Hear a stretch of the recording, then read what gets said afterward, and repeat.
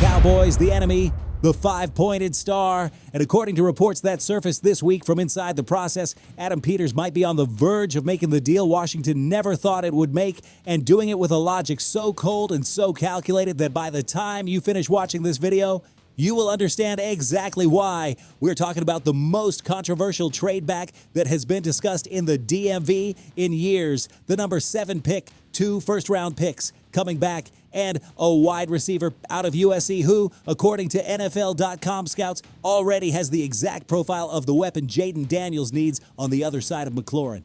And that is just the beginning, because while Washington is evaluating what to do with that pick on Thursday night, there is another name floating on the market, a receiver who had 3 rival teams picking up the phone to ask about his availability, and the Commanders are on that short list, a player who put up over 1,000 yards, 3 straight seasons without a real quarterback. Imagine what he does with Jaden throwing him the ball. And to close things out, something nobody in the DMV saw coming this week, something that just quietly reshuffled the entire NFC East map in a way nobody asked for, but everybody in burgundy and gold is going to be grateful for. All of that is in this video. Hit that like button right now if you trust Adam Peters and his process. Subscribe to join the real Commander Nation, and do not go anywhere because the draft kicks off Thursday and Washington is moving pieces in silence. Take a breath, because what I'm about to tell you sounds absolutely crazy, but the logic behind it is something you cannot just dismiss. Carter Bands over at CBS Sports dropped a mock draft this weekend where he projects the Washington Commanders executing a trade back from pick number 7, and they're doing it with the Dallas Cowboys. Yeah, with Dallas, with the enemy, with the five-pointed star crew, with the people we love to hate and who love to hate us right back. Wait, hear me out before you close this video. In Bonds' simulation, Washington agrees to send their pick number 7 to Dallas, and in return they receive both first-round picks the Cowboys hold in 2026.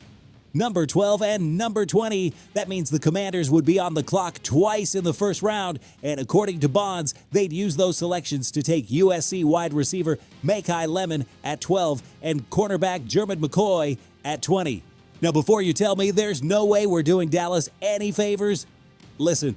Here's the real tactical context. The Commanders come into this draft with the 7th overall pick and an urgent need at wide receiver. Terry McLaurin is the undisputed WR1, full stop in my mind. But beyond him, the roster is basically bare. Treylon Burks is next in line at this point, and that cannot be the answer for a team that's trying to compete right now. They signed Diami Brown and Van Jefferson in free agency, 2 solid veterans, but neither one of them is a true number 2 that changes the dynamic of this offense. Jaden Daniels needs a real weapon on the other side of McLaurin, someone who creates spacing, someone who stretches the safeties and frees up the interior routes, someone who forces defensive coordinators to make hard decisions before the snap. And that someone in this draft class could be Makai Lemon. Let's talk about who this kid actually is. Lemon played at USC in 2025 and had a monster season. Over 1,100 receiving yards, 11 touchdowns, and he showed technical polish that already has him in multiple first-round grades. Mel Kiper at ESPN has him among the top 12 prospects in the entire class. Luke Zierlein over at NFL.com describes him as a high-skill, high-volume slot receiver with average size, but extraordinary ball skills.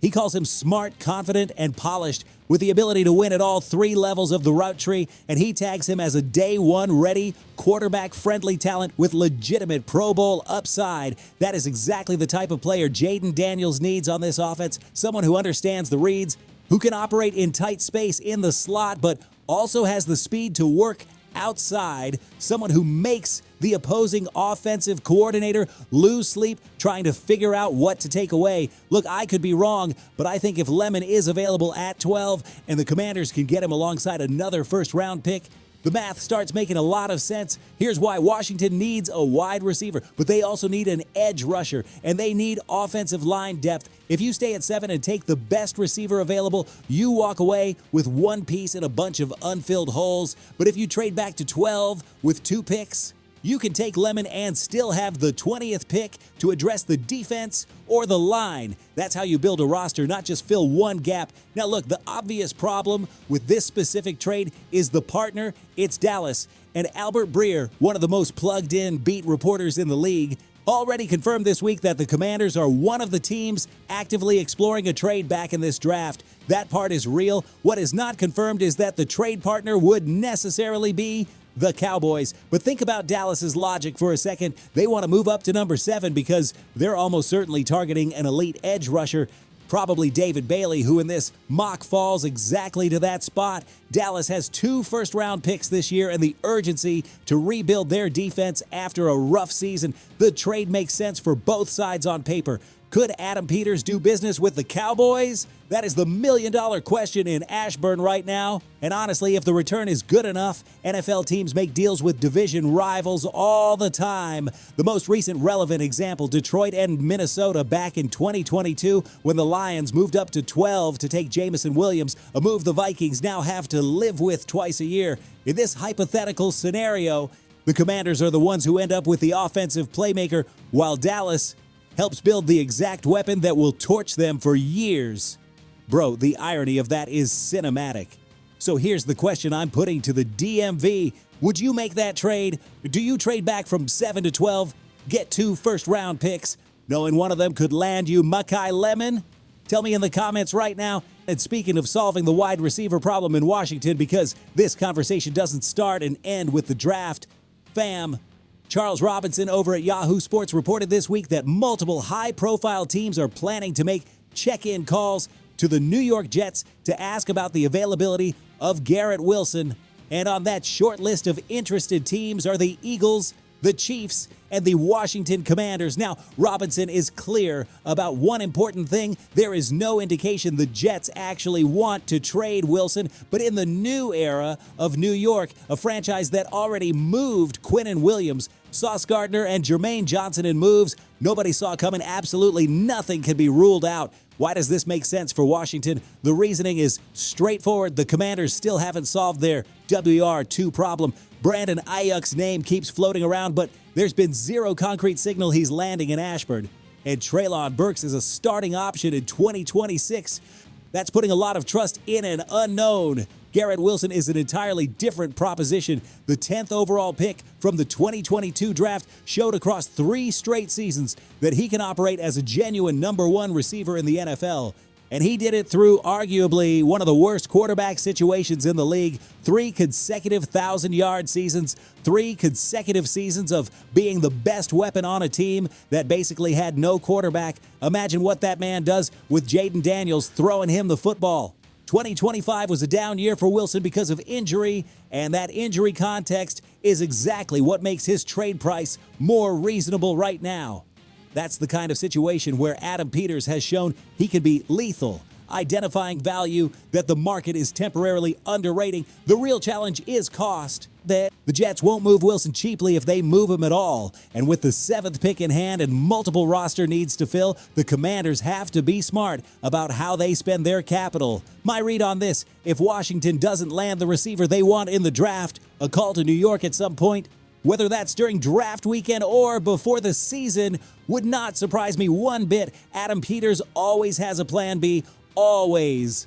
And to close things out with something that honestly put a smile on my face this morning in the DMV, the New York Giants just traded Dexter Lawrence II to the Cincinnati Bengals in exchange for the 10th overall pick. Joe Schoen decided that accumulating draft capital was more valuable than keeping the emotional and physical anchor of their defensive line. For the Commanders, this is a quiet gift. Listen, Dexter Lawrence was never the type of player who destroyed Washington with flashy box score numbers, but any real fan who has watched those games knows exactly what it felt like to go up against that man on the line.